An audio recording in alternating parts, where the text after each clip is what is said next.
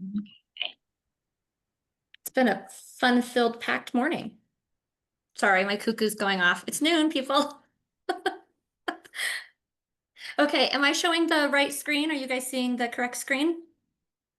It looks good.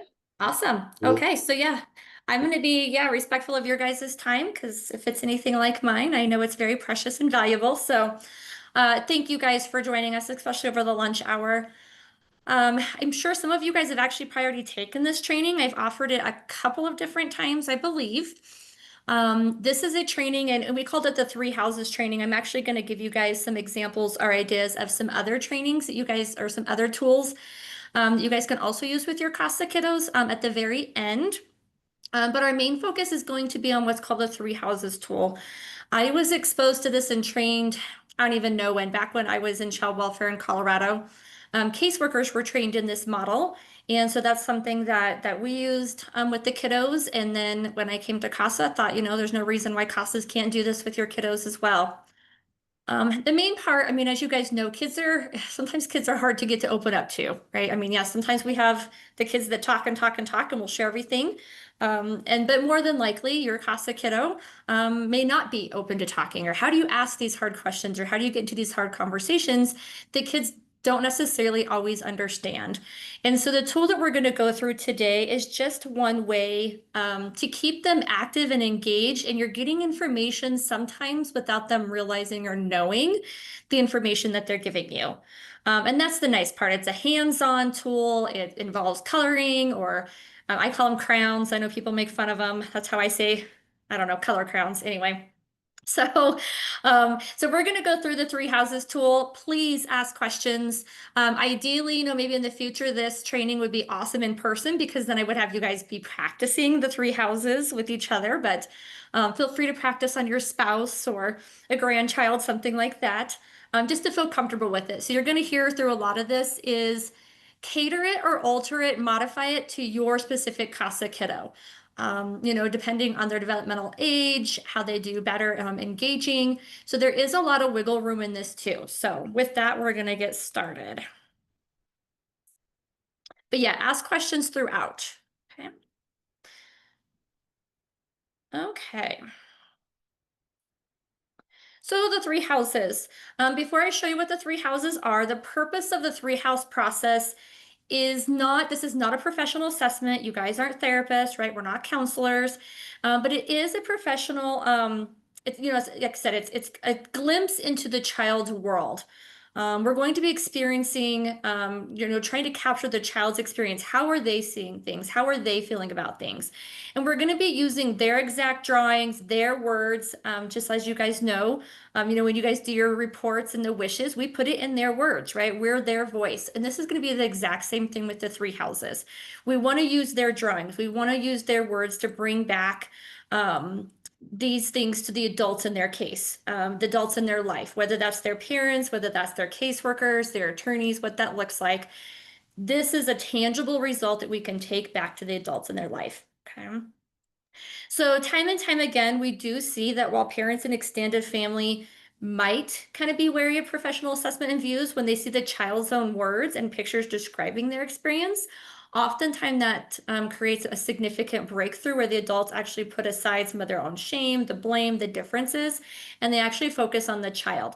Kind of out of the mouths of babes type of thing, right? Like when you hear as a parent, right, if you saw a drawing that your kiddo did at school describing something, right, that's going to be more impactful seeing like, oh my gosh, I didn't think they even heard that argument, or I didn't even think they saw that or they knew that.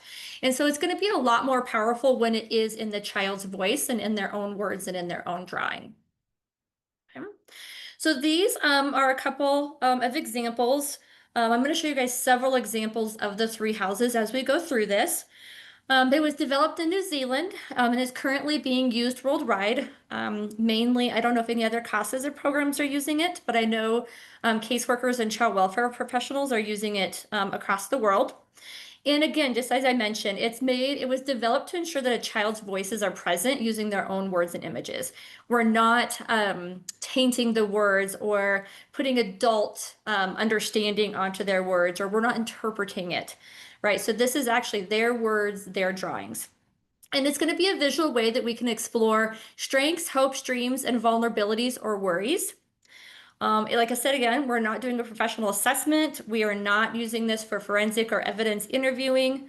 It isn't evidenced, or I'm sorry, it's a strength-based model. And it really has to be, you have to have a good relationship with the child.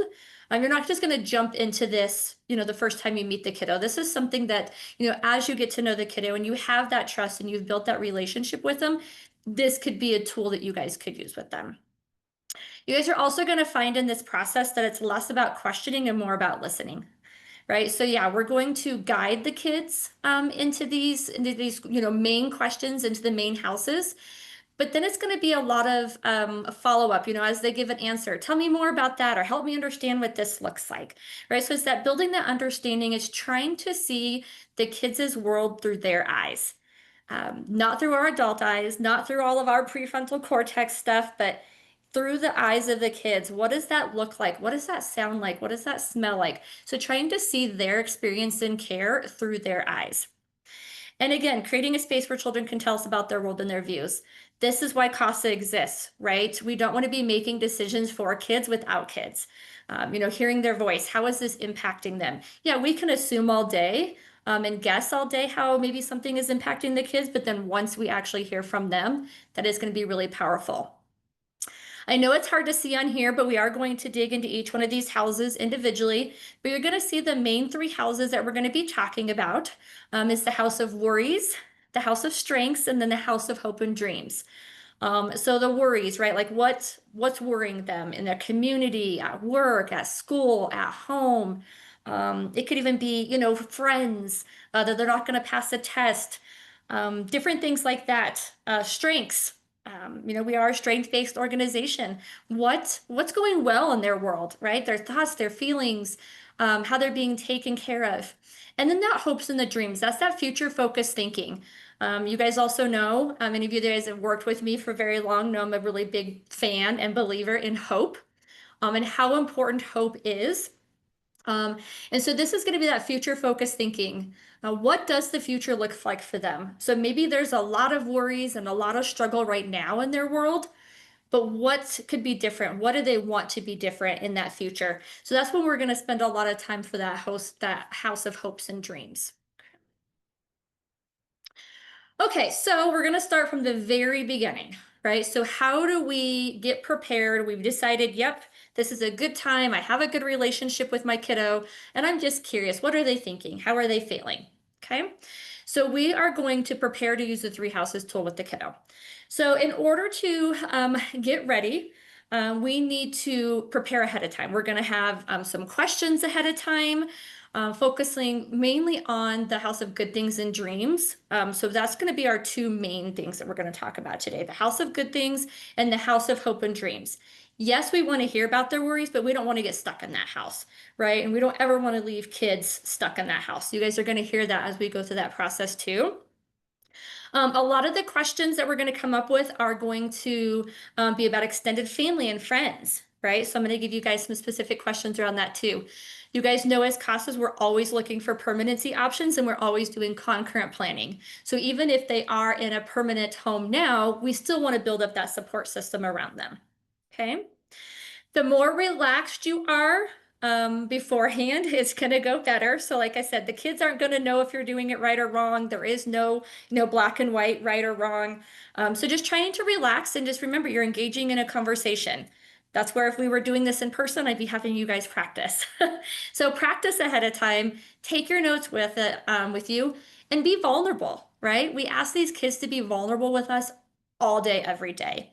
And so you can be honest with them too that you're new to this process. Hey, this is something new I just learned about, and I was hoping I could practice with you. Would you be okay with that? Like, can we practice this together? Would you give me feedback, right? What did I do okay? Or what should I do differently next time? But being honest with them that, yeah, hey, I've never done this before, so I might mess it up, right? Another thing that you really need to do as well, we talk about this a lot in pre-service training, is reflect on your own views, biases, feelings, and assumptions about the situation, the family, right? So we don't want to be leading the kids through this process. We don't want to be inserting our own where we think or what we think should be in their house of dreams or what we think should be in their house of worries. And so we've got to really be able to check that at the door, that we have to be really careful about what we're bringing into that situation and make sure that we're not accidentally, like I said, leading the child one direction or another. Okay, this really is about them, their voice, and their views. So we have to really analyze our own views and be prepared to listen to what they have to say, asking those open-ended questions, staying open to new information and possibilities, being open to the process and not necessarily the outcome. You may go through this whole thing and not get what you were hoping to get out of this. And that's okay too. We've had a couple of advocates that have tried this in the past and they've got some great things. And we've had some advocates try and like it really didn't go anywhere, but that's okay too, right? It's also going to be really helpful for you to know as much as possible about your kiddo and their circumstances, which I'm sure you guys all do, right? So knowing your kid can help the process of building rapport and trust, and is going to help you focus your questions. So we need to understand their developmental level, right? We've got to meet them where they are. So you're going to hear, in a couple of slides, like maybe we rename our houses to something that they understand a little bit more. We need to understand who are the people in their life, right? Who they live with. Because if they start throwing out names or people that are in their houses and we don't know who they are, right, that might get a little confusing. So making sure, yeah, who do they live with? Where do they go to school? What do they enjoy doing? What does contact with family look like? Are they currently having visits or have they had no contact with parents, for example, for months? Okay.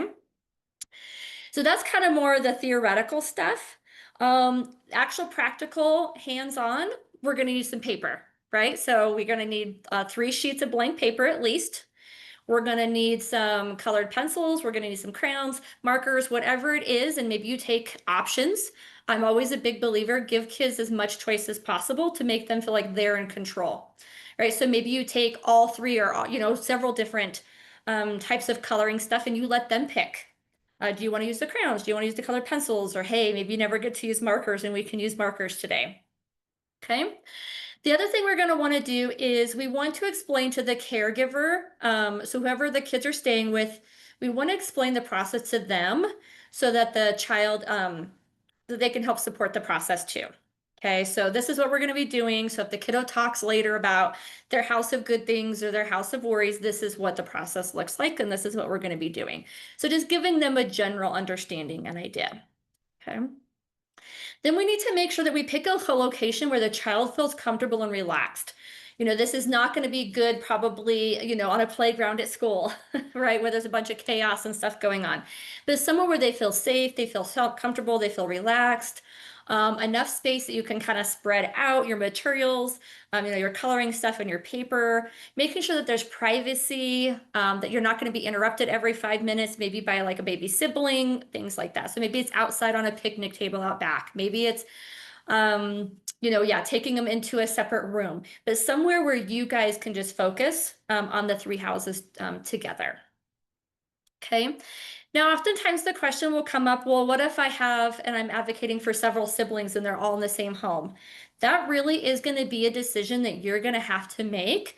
Do I meet with the siblings and do this together, or do we do it separately? Okay. So even if you're going to do it with the siblings together, they should each have their own 3 houses tool though. I think, I think there could be pros and cons. You're going to know your kiddos. Do they seem to be kind of on, the same page as far as developmental understanding, as maybe how the case is going? But we also see how sometimes kids have completely opposite. This sibling wants to go home to parents and this sibling wants nothing to do with them. And so really making that decision, if you do decide to do it together, you're going to have to make sure, though, that maybe one kiddo is not influencing the other kiddo, or why do you have that in your house? And why don't you have that person in your house? And so making sure that their views remain the focus and they're not influencing one another. That's probably why I'd probably be a bigger fan or encourage, if you could, to do it separately. They also then get that separate time and their voice being heard separately. and not feeling like maybe, well, I'm always overshadowed by, Johnny's voice. Everyone always listens to Johnny because he's louder than me, right? But I don't feel the same way as Johnny.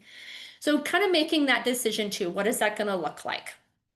So this is really that preparation piece, making sure that we're going in as prepared as possible. Okay.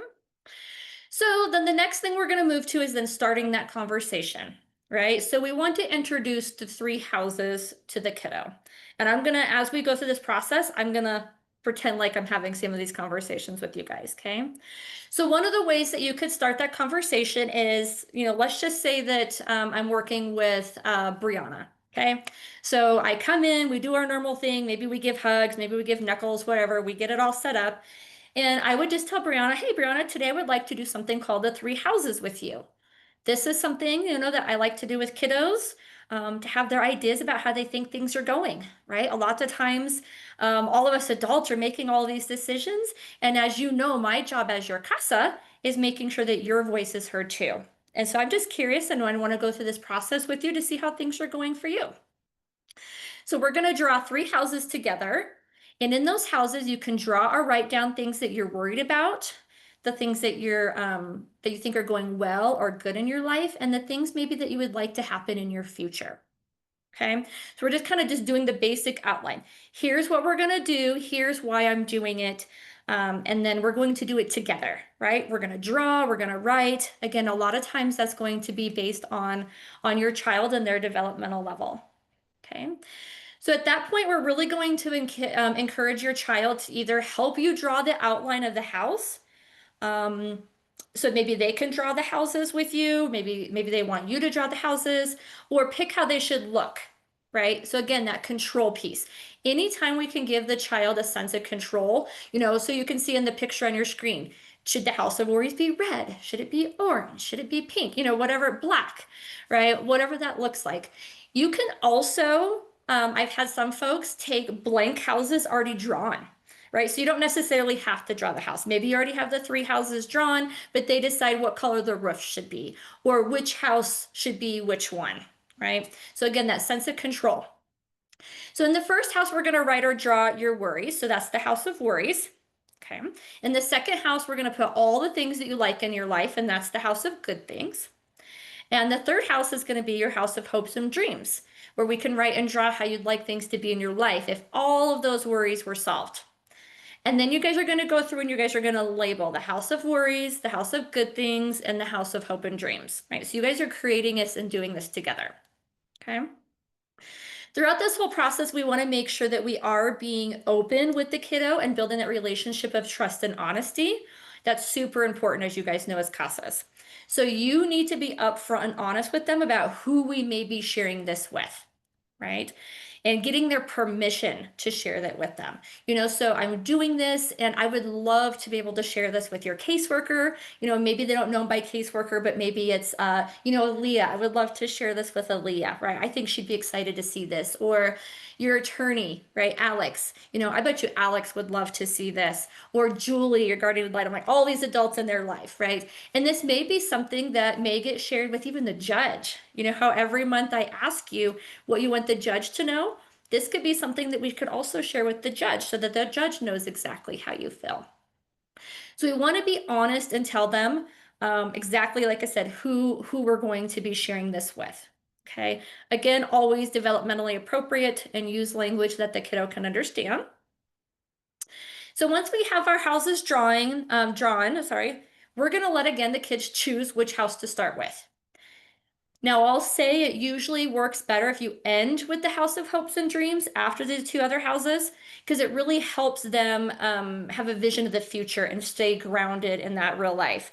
But whatever house they pick, bring that house in front of the child. So maybe you don't have them all three on one piece of paper. Maybe you have one house on like three different pieces of paper. But whatever house they pick, we're going to have that one right in front of them. Okay. Keep in mind too, this does not have to be a linear process. Okay, you can bounce from house to house. So maybe they throw out something that with the clarifying question like, oh, that's actually a house of, something in my house of worries. Okay, let's pull that house back out. Or, oh, I just heard that and that sounded like to me like something in house of good things. So we don't have to, just do one house and then the second house and then end with that house. So it can definitely be kind of a bouncing back, depending on the conversation. Okay. I'll also say too that if conversations get really hard, especially when we're talking about the house of worries, that would be a really good time to switch to the house of good things or even start introducing the house of hopes and dreams, right? The last thing we want to do is re-traumatize these kids if we can avoid it. Okay. So again, given the child, their age and developmental level, give them a choice to either write or draw. Um, Sometimes if they draw, you can ask for clarification. I think we've all been there where they draw something and they're like, oh, what a cute dog. And they're like, no, mommy, that's you. Right. And so getting clarification about the drawing. So if they want to draw something, then ask like, help me understand, or what is that a picture of? So don't assume, right? Don't assume what they're drawing, because again, that's kind of that leading. So if they draw something and you are absolutely not sure what that is, just ask me. Just ask the kids, right? Like, tell me, what is that? What did you just color right there? Or who is that, right? If it looks like a person. Or can you explain that piece of the drawing to me? And ask the child. So let's say they draw this scribble and you're not sure what it is, and they tell you, oh, that's Auntie Susie, right? Maybe in my house of good things. Then you're going to ask the kiddo, is it okay for me to write your words alongside that picture? Is it okay if I write Aunt Susie right here with an arrow pointing to Aunt Susie? Okay, because this is their picture, this is their drawing. So we're going to ask permission to do anything on it. So asking them that permission, either clarification of who that person is or even a short sentence alongside that drawing. And we're going to always make sure that we use their exact words. So if they don't call her Aunt Susie, but they call her Auntie S, right? We're going to use Auntie S. And then maybe in your own notes, keep in mind, okay, Auntie S is actually Aunt Susan type of situation. Okay. So again, they're going to be the one actually drawing on there or coloring on there, and then we're going to be asking permission to clarify any of the stuff that they actually draw on the house. Okay. Okay, so let's go through the house of good things. So the house of good things, again, you guys can rename these. So maybe, again, give the child an option. You can see, actually, you can't see. I'll put it on here right here for you. So this is a house of good things that a kiddo drew. You can do the house of strengths. You can do the house of things that make me feel good. It can be anything that is kind of around that main topic of positivity. Okay. This is where we're going to tell the kids that you can draw or write down things that are going well in your life. These are the things that make you happy, that make you feel okay. We're going to let them take as much time as needed, right? And again, if they need help drawing or writing anything, we're going to be there, right there to help you. So yeah, tell them like you can take as much time as possible. If you need any help at all, I'm right here. Just let me know and I'd be happy to help however however they want that help. Like, oh, can you help me draw, I don't know, a hat on this person? Okay, I'm going to help you draw a hat on that person. Again, it's their drawing, but they can ask for that help. Okay. So answers can sometimes deepen the exploration of problems. So for example, if a kid draws a picture and describes the nice food and eating all they want when visiting Nan and Pop, this sometimes will point to and usually leads to talking about being hungry with their mother. Right. So it's kind of paying attention. What are they drawing? Like, why is food so important over here?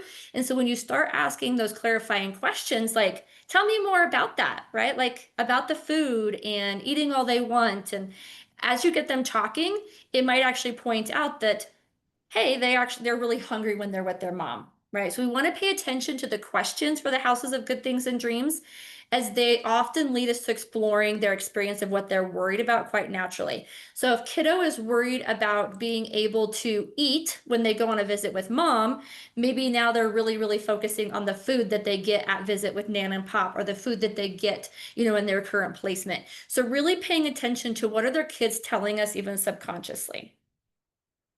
So again, some of the things we're going to use are asking those open-ended questions. Can you tell me a little bit more about this? Or explain to me what's happening in this picture. Or I think I understand what you're saying, but could you describe this picture a little more for me? right? Or can you explain a little more about what you mean by that? So trying to get to the heart of really what they're trying to tell you by asking some of those follow-up questions. Okay.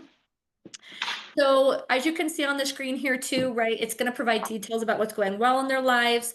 It doesn't have to be, as you can see on here, it can be humor, right? Like, I think I'm really funny, or it can be about family and friends. It could have to do with their culture, their values, their beliefs, their self-identity, school, skills, right? Maybe it's soccer, maybe it's, something with their singing voice. It can be anything that makes them feel good. Okay. Remember to use their exact words if you're writing for them or clarifying, and then read it back to the kiddo to confirm that, and that shows that you are listening. Okay, so you said, okay, so tell me what's in this picture on the screen right here. Okay, that's a computer. Okay, tell me what is that red thing right next to it, right? Maybe it's a mouse. I don't know if it's a mouse, a football, what it is, right? So have the child describe that to you. And so say, and then I would ask, right, is it okay if I write mouse right next to the little red thing? And then when I write it, say, okay, this says mouse, and clarify that again, that you got it right using this open-ended question. Some of the, I don't know if you guys have ever heard of TED, tell, explain, and describe, right? So tell me more about that. Explain this, describe this to me. Those are always going to be good. That's going to be good language to use with kids to get them open up and talking more about their picture. Okay. So at some point, either the child tells you they're done, they seem to have run out of ideas. Maybe they're just kind of stuck. I don't know what else, to do on this house of good things. That doesn't mean that we can't come back to it, right? And so I think telling them it's okay, it's all right. We'll move on to the next house. And if we think of anything else, or you think of anything else that needs to go in this house, we can always come back to it. So take a moment at the very end to go over it again with the kiddo one last time. Make sure that everything is recorded, that they acknowledge everything, that yes, they agree with what you wrote down. If there's any other detail that maybe you're still not quite feeling confident about, this would be another good time to ask them for that clarification piece. But then kind of deciding, yep, we're done. The kiddo approves of it. We're kind of done with that. At that point, you really need to decide, do we take a break or end for the day? Again, this is going to be based off the age of the kid. If they're young, they've probably had it after the House of Good Things, right? If they're older or more engaged, they might want to do their next house. So again, you and the child can decide, do we continue for the day? Or do we do this at our next visit? Do we do the next house? Okay. This could also happen too. Let's say you're halfway through and you don't feel like you're done with this house. It's okay to not continue for the day, and explain to your kiddo that you can come back and finish a different day. That this house is their house and that they decide when it's done. So it's okay if you have to end a little bit early. We know things happen, schedules change. Maybe you're not feeling good, right? Maybe you can't continue anymore, and that's okay as well. So once we feel good with our house of good things, then we're going to talk about the house of worries. Okay. Gotta love my animations. I did a long time ago. Okay. So our house of worries could also be, maybe they want to call it the house of bad things, or the house of things that make me sad. This house, I mean, it could also be vulnerabilities, right? That's a big word, but some of our kids, the older they are, they might do that. This is where you're going to write down or draw all the things that are worrying you at the moment, okay? Or things that are going on in your life that make you don't feel so good. Maybe they keep you up at night. Maybe they give you that awful feeling in the bit, in the pit of your tummy, right? Or they give you butterflies, right? So this is going to be the house that's going to hold all those things that just doesn't make us really feel good about, okay? So lots of the kids I talk to often have worries, right? So worries can be things that make us feel sad. It can be a bit scared, maybe angry, maybe even a bit bad. Maybe those things, right, that like you get in trouble for. Okay. So I'm going to ask the kiddo, are there any worries that you have at the moment? Right? So what's bothering you at the moment? Okay. So again, normalizing that it's okay to have house of worries, to think about things that make them feel sad, angry, mad. Giving them permission to feel those feelings is super important in that beginning. And that's why I would say that, sharing that, everybody has worries, I get scared about things, or I feel sad about certain things too. So how do we normalize that feeling? Okay. So we're going to ask them, right? How are you feeling? Is there anything that's worrying you or bothering you at the moment? And can we put those things into your house of worries? Okay.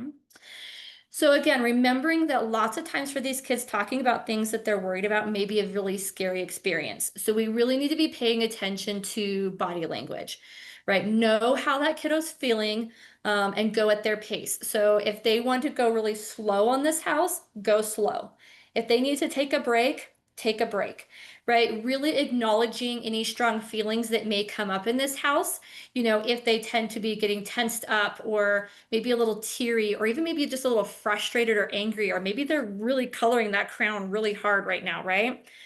Remind them and let them know that you understand how difficult this is for them. And also recognize too that some kids are going to model that differently. So they may be really, really anxious inside, but they appear calm, right? So we're going to be looking for those little nuances with your kid. And that's why it's super important that you know your child too, that you can kind of pick up on that body language, or maybe it's a facial thing that they do, or maybe it's just the way they hold their shoulders or their hands, or maybe it's a nervous tick, something like that. So really paying attention to your child's body language during the House of Worries. So it's going to be just like the House of Good Things, right? We're going to go through and they're going to be putting things in there. You're going to be asking for those clarifying questions. Can you tell me a little bit more about this? What's happening in this picture? Can you explain a little bit more about this? So it's going to be the exact same process that you did in the first house. Okay, we're going to make sure that we're using their exact words again, that we're clarifying, that we're asking permission to write down anything on their picture that we've asked for clarification of. So we're gonna do the whole tell, explain, describe thing again. Giving that positive feedback. Oh, that's yeah. Once they tell you like, oh yeah, that's the monster under my bed. Whatever. Right? That's a really good monster, Johnny, right? Like I can see that's a monster. So again, once they feel like either one, you need to take a break because this is just getting too emotional, they're kind of done with ideas, or you guys just need to kind of call it a day. That's okay. Just like with the House of Good Things, if something else comes back up in our conversation later, we can always pull back out this House of Worries and add something to it if it comes later. Okay. So again, we've got to decide, are we going to take a break and go to the House of Hope and Dreams? Are we going to, like I said, do that at our next visit, or do we want to jump into that? Okay. And this is the last house is really the house that I see us wanting to spend the most time with. Okay. So this is kind of that future focused thinking. So what we're going to explain to kids is this is your house of hopes and dreams. And this is the house where you get to draw or write down how you would like things to be in the future and all the different things you want to happen in your life, especially if all those worries were gone. So everything we put in that house of worries, if all those things were gone and taken care of and they didn't worry you anymore, what would this future house look like? What would your house of hopes and dreams look like? Okay. So in the beginning, when we first start, usually with this with kids, they're gonna put like toys, games, right? Ice cream forever, different things like that. Put them down, record them, right? Those answers seriously, they're important to the child. And then later, when you're showing or using these three houses to other people, they're going to recognize those answers as, yep, that sounds like my kiddo. They want popcorn every night for dinner or whatever it might be, right? So it's just as important, just like how we train for your guys' reports on child's wishes, right? If they want a unicorn, you're going to put that in your court report or in your monthly report that they want a unicorn. So it's going to be the same thing for your house of hopes and dreams. Whatever the kiddo wants, that's what's going to go in the house. So take those seriously. Okay. So asking the kiddo what they would like to see happen, right? So you're going to look at their house of good things. Are there any things in their house of good things that maybe they would like to see get better or improve and move over into their house of wishes and dreams? It helps kids see past their current problems and into a possibility of what could and might be. Again, it's all hope centered, right? Like hope is an active verb, right? Like what are we going to do that, yes, maybe right now, second grade stinks, right? You don't have any friends or you're being picked on or bullied. Okay, how do we get them to see to the future that third grade might look a whole lot better, right? A new classroom, different friends. We're trying to get them to see, okay, what could things look like? Okay. Especially if we could squash and squell, those worries. So it helps create a sense of solutions, goals, that future thinking. We really want to help keep the child focused or redirected on the link between their house of worries and their hopes of dreams.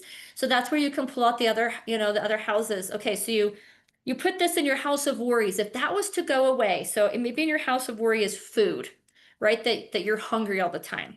Okay, so what would your house of hopes and dreams look like? If food was not a concern or worry, what would that look like? Okay, well you'd have lunch every day, you'd have breakfast every day. Okay, how do we put those things into those house of hopes and dreams? I'm going to show you guys some really good examples here in a minute of how kids have done this. Again, ask for permission to write any clarifying information on their house.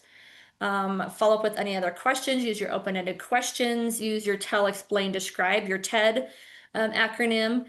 And again, when you guys think you guys are done, go over it, review it one more time, make sure they got everything in there, and then take a break or end for the day. So what we're going to do then after that, so kind of what's next? Okay.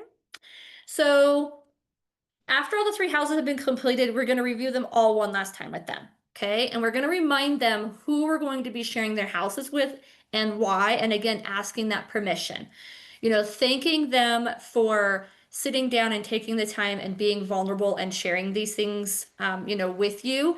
But then again, asking permission to share it with other people. Sometimes maybe more immediate concerns might come out in these houses, and that might be something that you need to share immediately with their caseworker. And so again, being honest with the kiddo at that time that you have to, and that part of your job is to make sure that all kids are safe. And that if there's ever a worry or concern, that I have to share those things with the caseworker to make sure that you're safe. Because maybe they do report that something's not safe going on in their current placement, right? Or something's happening, and maybe that's their house of worries. And so being really honest with them that you have to report that to the caseworker right away. Okay. Acknowledging the importance of the information. So again, reminding them that this is their voice and that it's your job to make sure that their voice is being heard. And so it was really important information that they gave to you. After that, I would definitely then discuss it with your peer coordinator and our program coordinator. And what do we do with this information? Maybe it's we just uploaded to Optima. There wasn't really, it didn't turn out super great, like we hoped. That's okay. Do we attach it to a court report? We've done that before. Is this something maybe we need to share with a therapist? Always, yeah, share with the caseworker if we're going to share with a therapist, putting it in a court report. But really, depending on what you get out of this as a team, deciding, okay, now who do we share it with and what do we do with it? Okay. We can also take the worries back and have children write specific rules to address those worries with drawings to illustrate each. So what I mean by that is make sure, or what, maybe an example is, something in their house of worries is they're worried that, I don't know, their baby brother's going to come in and, I don't know, steal their iPad or something like that. So, okay, let's write some rules, right? What could we do with the iPad, to make sure that little brother doesn't get to it? Or is there some place safe that you can give it to for your placement? Or do you always make sure your door's locked, or not locked, but shut, when you leave it in your room? And so you can even do some of that stuff with the kiddo too, to put their mind at ease of, okay, like, okay, this is a worry. Are there some things that I can help you as your advocate put into place so there's not so much of a worry for you? Okay. What it really comes down to is that if the child hearing from you, their advocate, that their views are both valued and be included in future planning processes can be really powerful for kids because they know again that their voice is being shared. We often talk about it as so many decisions, and a lot of times these cases always become about their parents and the adults and what they're doing and not doing. And so this is one active way that the kids can make sure that, hey, my voice is heard, and it could lead to different planning. Maybe the team was looking at this direction or with this kinship family, and kiddo just gave you some really valuable information in this project or in this, that we did with them. And maybe that's not what's best for this kiddo. Maybe it's, auntie over here that nobody has really given much credence to. Okay, so it really can help define some of that future planning. Okay. So yes, this is obviously going to be more geared towards those younger kids, but that doesn't mean that we can't use it with our teenagers. Okay, so this is where we can think about the use of technology. Get creative. Maybe it's something on a tablet. Maybe it's something, like I said, kids are so smart these days. But how can we tweak this and use this with our teens? So this can also be a good way, we know our teens sometimes struggle with talking about feelings and emotions or that one-on-one, articulating those things and thoughts and feelings into words. So this could be a really good way to get them opening up and talking without like just sitting there staring at each other.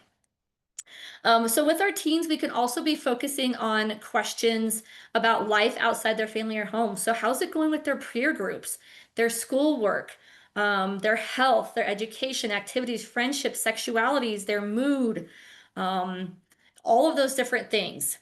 Something to keep in mind too, if we're really worried about that they are at risk to themselves, how you use the information from the tool can look really differently.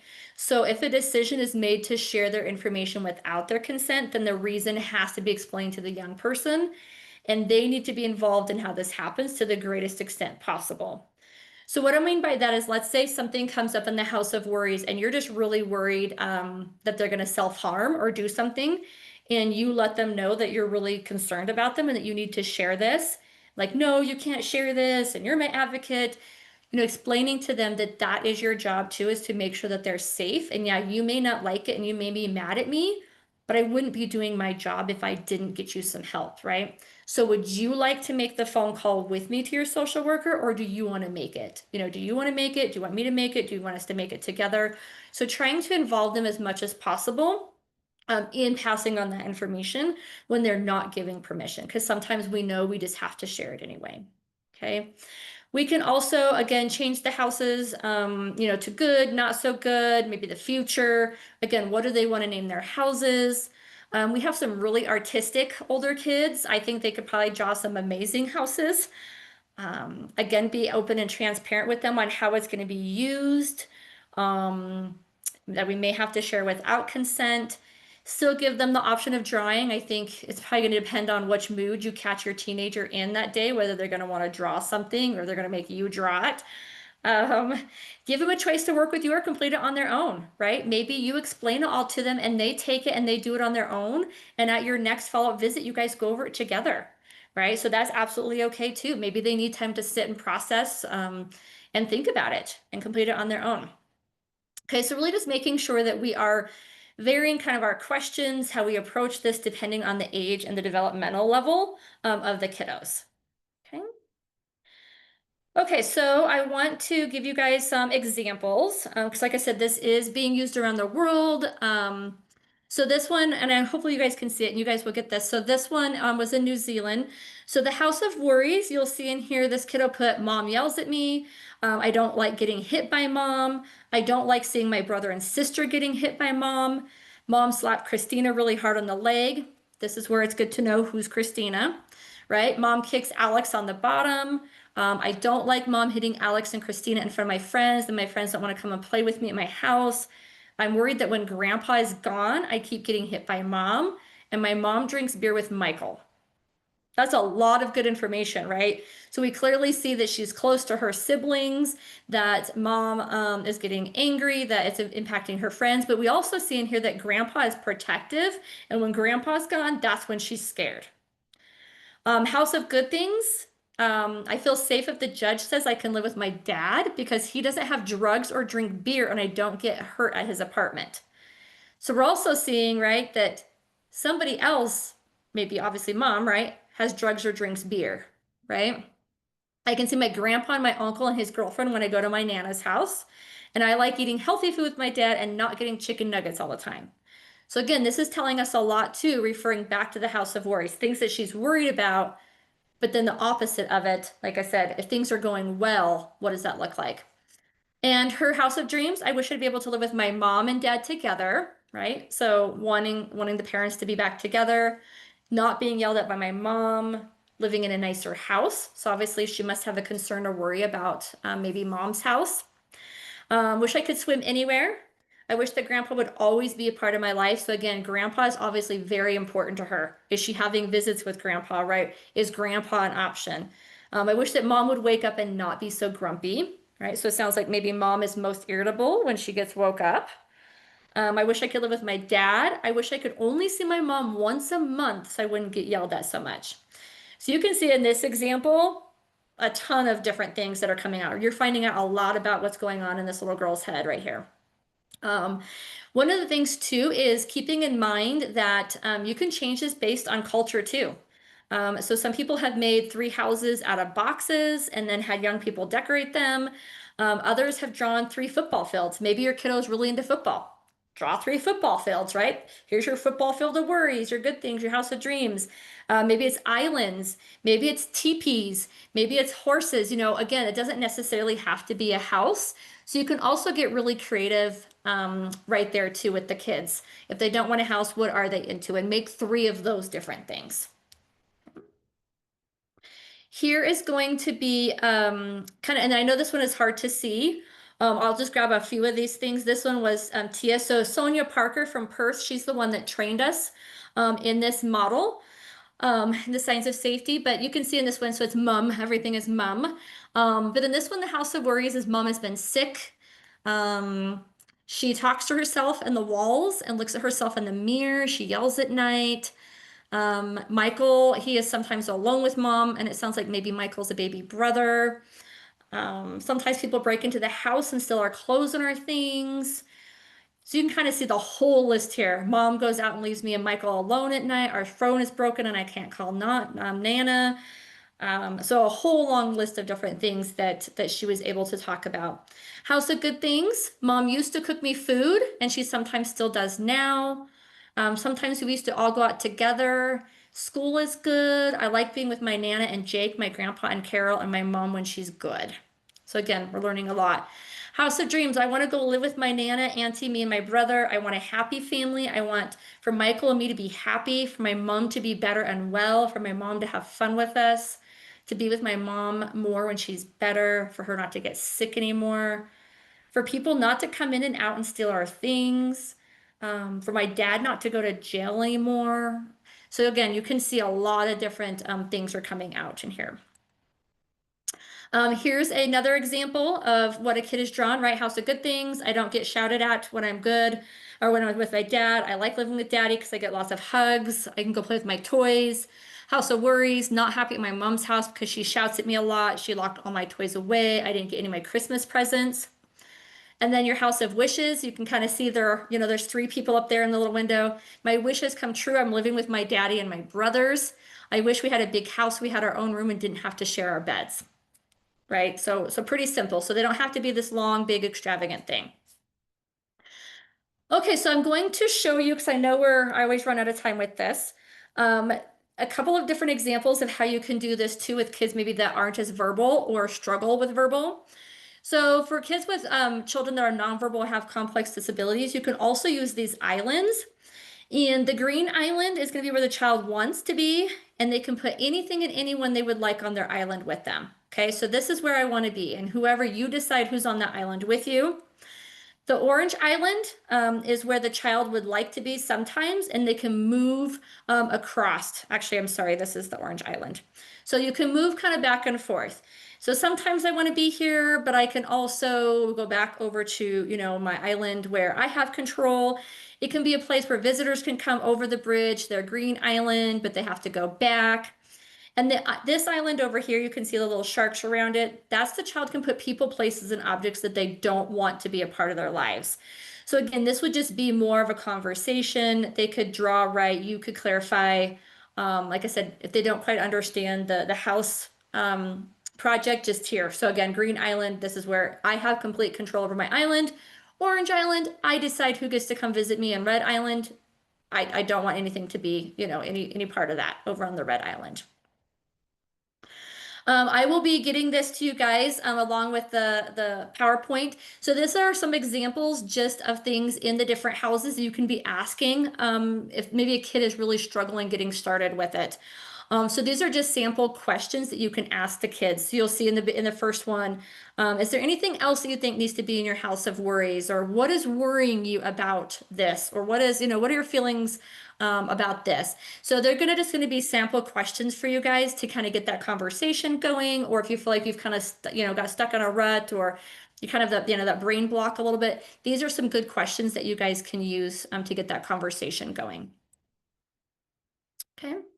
So this is just a quote from from the training we went to. For children and young people who have experienced abuse and neglect, an essential part of their recovery is how people respond to them when they share or disclose what is happening in their lives. It takes a great deal of courage for kids in particular to tell us what is happening in their worlds, and it's always an honor and a privilege to be the recipients of this information. And it is essential we treat them and their information with kindness, care, and respect. So again, just remembering and being humble and just being appreciative, and that yeah, it's brave, right? Like if I was going to be doing this with you guys as adults, that takes some trust, that takes some relationship. If I was to get you guys to do this with me, so just keeping in mind it's the same thing, with our kiddos too. I'm not going to show a video. There are some great videos out there. If you are interested in watching somebody actually do the three houses tool with somebody, let me know. I'd be happy to send you the links to some videos and you can actually watch Sonia Parker. She's obviously amazing, but you can actually watch folks do this with kids. So the other things I want to share with you really quick in the last 9 minutes we have are some alternatives to the three houses. This is the safety house activity sheet. And so this was something maybe that you would use. Maybe they're looking at transitioning a child home. This is something that you could do with, okay, what does that kid need to see to feel safe living with their parents? So again, it's kind of that future focus, but let's say you're living back at home with your parents. What do you need to see in that house to make sure that you'll feel safe? Sometimes those ideas or those things that come up could be part of a safety plan, right? When they're working at getting those kids back home. It could be used with kids that are hesitant or resistive to returning home, okay? I have actually a whole page how to explain how to do this tool if you're interested in it. But you can kind of see here, this is the lightning is people that I don't feel safe with. These are rules that you actually put together. Okay, so what would the rules of this house look like? If you felt safe and everything was good back with mom and dad, what would the rules look like? Who lives in your house, right? Who can visit your house?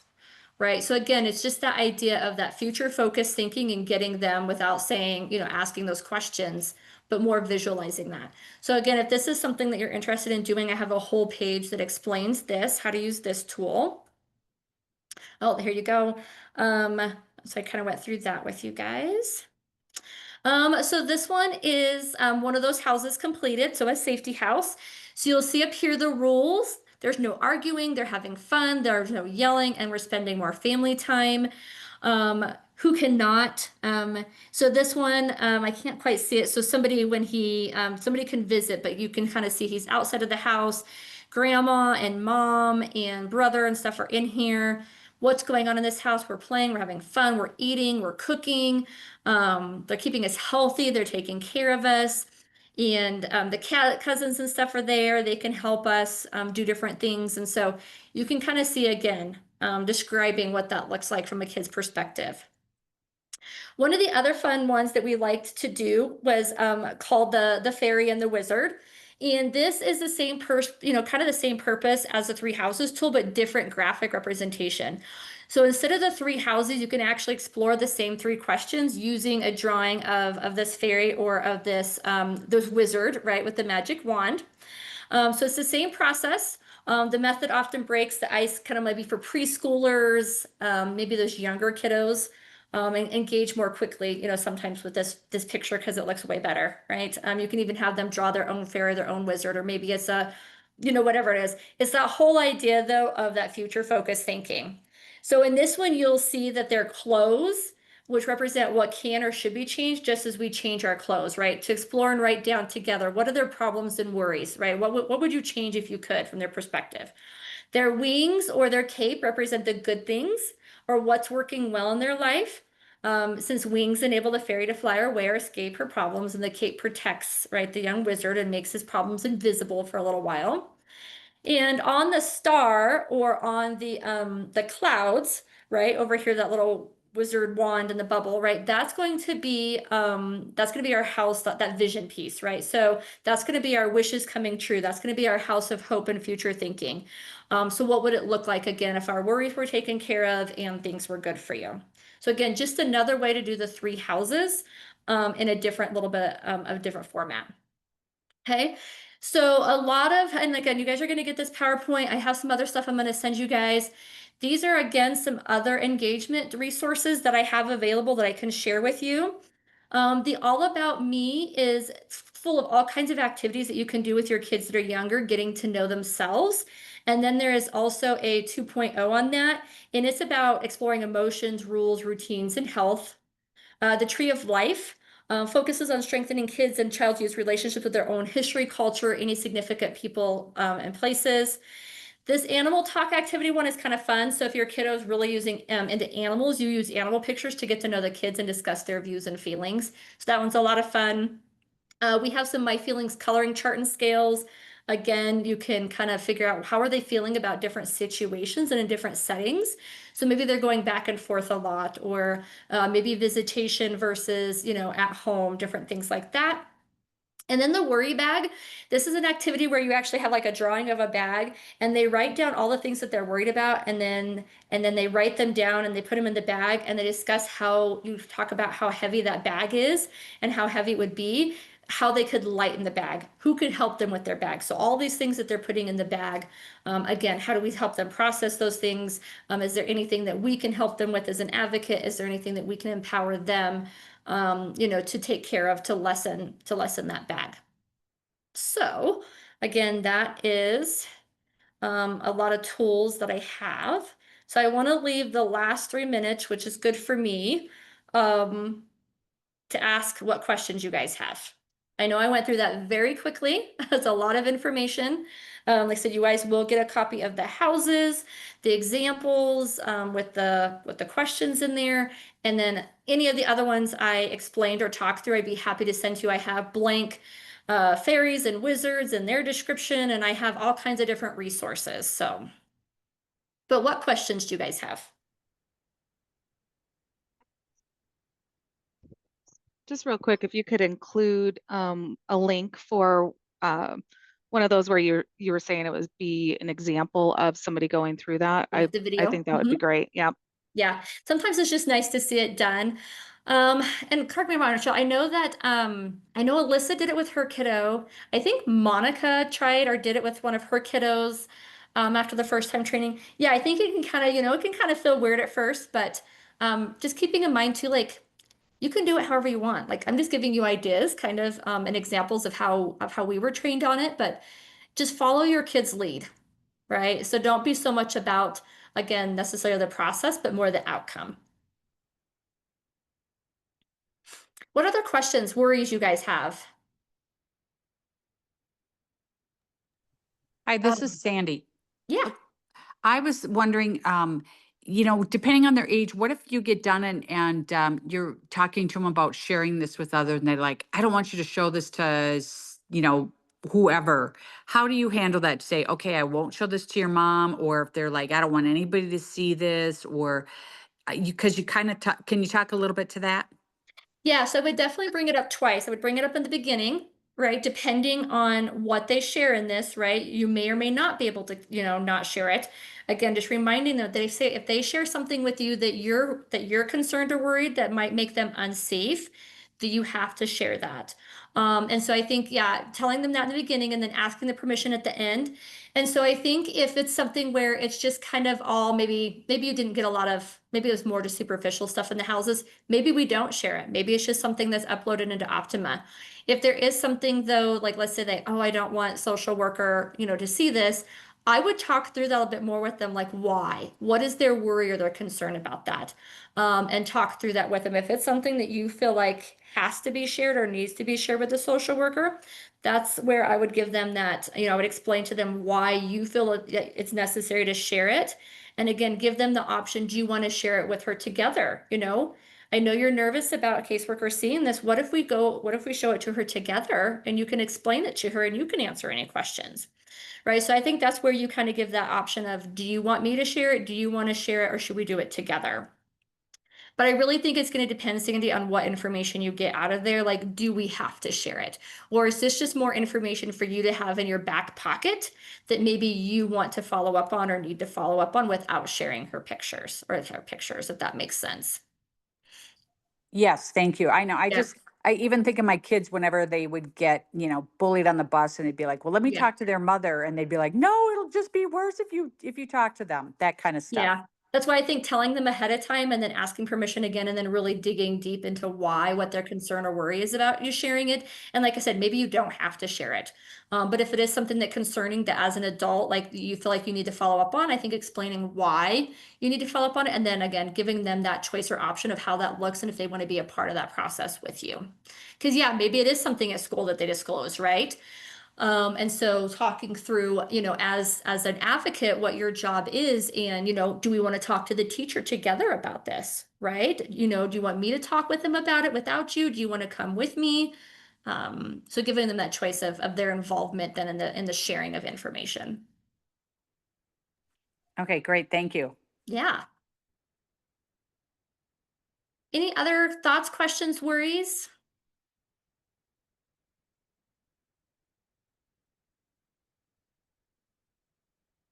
Guys, make sure I tell Sherry I counted to 10. So I think she'll be back in the office tomorrow, so she'll get this out and I'll make sure that she has the examples attached.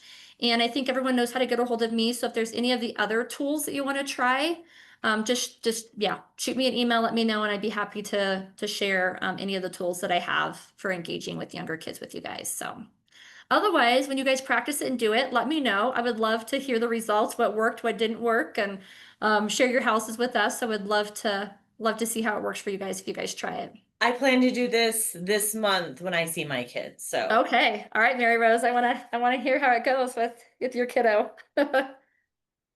Awesome. All right, guys. Well, have a good rest of your day. Have a good rest of the 4th of July week. And I think we'll see maybe some of you guys at the end of the month for our communication training. So Thank you. all right, thank you guys. Thank you. Thank you, Carrie. Yeah, okay. I'll get ready for our next one. Thank Bye, you. Rodney.